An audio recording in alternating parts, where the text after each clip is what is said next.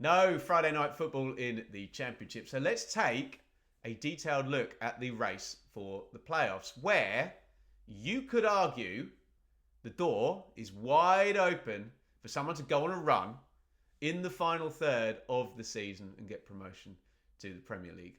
You could argue the exact opposite. Let me lay out both sides of this and you can have your views in the comments. Two spots.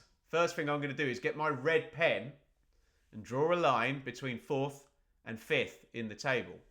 If you had only watched 10 seconds of Championship football this season, you could reasonably and accurately, just by looking at that table, tell me 4 of these teams are way better than the other 20. And frankly, you would be right looking at that league table.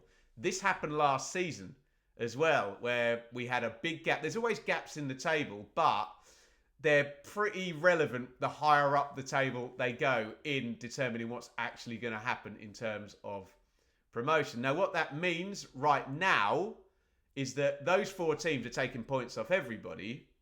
That means the points total to get into the playoffs in 5th and 6th in those 1 or 2 spare spots is going to be lower than normal. Ergo, the standard to get in the playoffs is probably going to be lower than normal.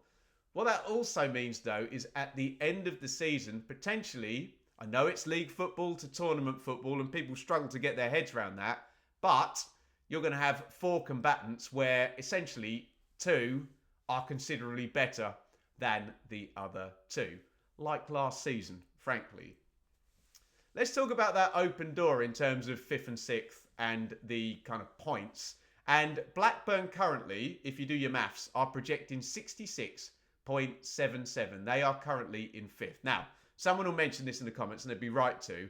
Lies, damn lies and statistics. 6th place, West Brom actually have a higher points projection than Blackburn. But let me illustrate my point about the low tide and the low standard. Blackburn are 5th right now, so they are the barometer for 5th at the end of the season. And you can see there, judging by the last 10 years, that is a massively low total. Now, look at Coventry in 22-23. They finished with 70 points in 5th position. Everybody else is considerably higher. And I mean, look at the top of that list there, 78, 78, 81, quite a lot higher to be finishing in 5th place. Very interestingly, we had a giant gap in the season Coventry got in there between 2nd and 3rd. So it says a lot where we get these gaps, because in that season, not only was it a low standard to get into the playoffs, all 4 positions were a lower standard because of the giant gap between 2nd and 3rd. Now, it's probably going to pick up. Do I think that the final person finishing in 5th place is going to have fewer than 70 points? No, I don't. That's literally never happened in the past 10 years. I think I'll check my spreadsheet. It's probably never happened in the whole of the Championship. I think possibly Blackpool are the lowest ever to win the playoffs. 69? That must have been a 6th place win, though. But the statistics are telling us that the projections right now are very, very low. And what it's also telling us is that basically none of the teams in the race are in playoff form yet, or are playoff standard yet. But don't worry, that won't go till the end of the season. Someone's going on a run. We know very well that is going to happen. The problem is traffic, which might stop somebody going on a run, because if it is as even as that table is making us look, Blackburn 5th, 45, Millwall down in 14th, 9 places lower on 40. So every one of the fans of those teams will reasonably, and this is why we love football, it's the hope that kills you, will say, well, look, we're only a few points off. If it's us that goes on the run, then it'll be us that gets in the playoffs. And fine. The issue is that everyone's going to take points off everybody. So that makes the likelihood of a run slightly slimmer. Although, would I be surprised if one of those teams smashed out 2 points per game until the end of the season? No, it will possibly happen. Maybe 1.8, 1.9. And right now, that feels like that is definitely getting you into the playoffs. I do think traffic is going to be an issue, though. There's going to be a lot of head-to-heads. And we've come this far. I know you can probably always throw a blanket over the playoff race at this point in a season with a 24-team league. But this does feel, with the 13-point gap between Blackburn and Sunderland, more pronounced than usual. Now, talking about points per game, and we know, as a matter of fact, nobody's in playoff form at the moment from 5th place down, because, ergo, their totals are projecting to be way lower than literally everybody who's got in there in the last 10 years. What I've done, just as an exercise, don't get emotional about it, is I've taken everybody's 10-game form and projected that out for the rest of the season. And even then, we don't get anybody above 70 points. Look, QPR come out best. They've had a 1.9 points per game over the previous 10, but it's still not 70 points. Guys, surely 5th place is getting 70 points, and surely someone will get the 2 points per game for the rest of the season. But for the majority of those teams, even if they do, it's not going to be a massive points total. Invert the issue here. I'm a bit nervous if I'm a Blackburn fan or a Watford fan. I know Blackburn have been busy in the transfer window. Watford haven't really, have they? Big trend down. I mean, 0.8 points and 0.7 is relegation form if you're below 1 point per game across the whole season. Otherwise, West Brom and Borough 1.2, 1.3. New manager at West Brom. Borough, some changes there, but some interesting transfer business. Norwich, Bristol City and Sheffield Wednesday, all a little bit more consistent. Norwich, I would say, have a better squad, but Bristol City very good at home. Sheffield Wednesday and QPR, we think the managers as well are very good. Coventry, 4 on the bounce, has put them up to 1.7. Can they go on a run? Anyone can. Millwall as well. Alex Neil.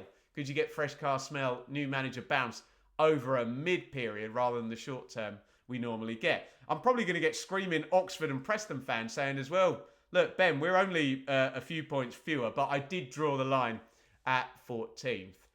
Basically, nobody's in playoff form. You tell me what that means. Surely, I repeat myself, somebody in 5th place is getting more than 70 points.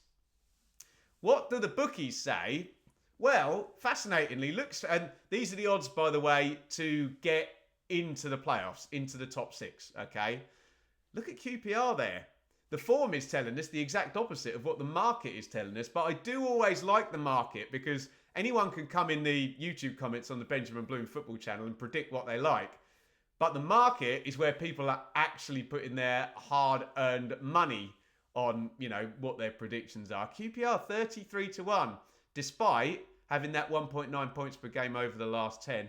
Borough are still favourites. West Brom, maybe there's a little bit of league table there. I think Blackburn and Watford's kind of poor form at the moment is reflected in there. Maybe they're going with squad and experience there. The market, Middlesbrough, West Brom and Norwich. Just those managers at Sheffield Wednesday and QPR.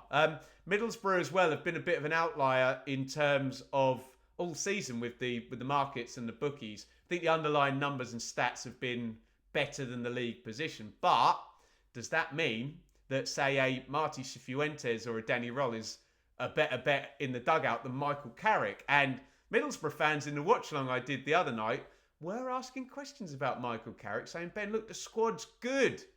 Come on, more consistency required. And as I say, it's not just Middlesbrough. Nobody is in playoff form at the moment. Now, here's the problem with the door being wide open. Because the door being wide open could make this massively all irrelevant. Now, as I said, when Coventry had that low tide 5th place points total, we knew that the gap was between 2nd and 3rd, which kind of opened the playoffs up. And we got that glorious final, didn't we? We had Sunderland in the playoffs, who'd just come up from League One.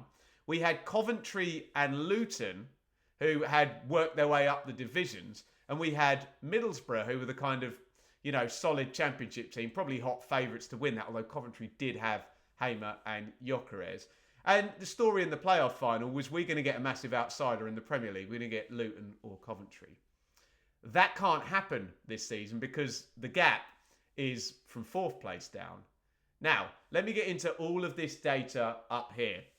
There are a lot of myths about the playoffs, and every year for years now, I come on the channel and I try and explain to people, A, the playoffs are not a lottery, and B, this idea that somebody comes on a run out of nowhere and wins the playoffs.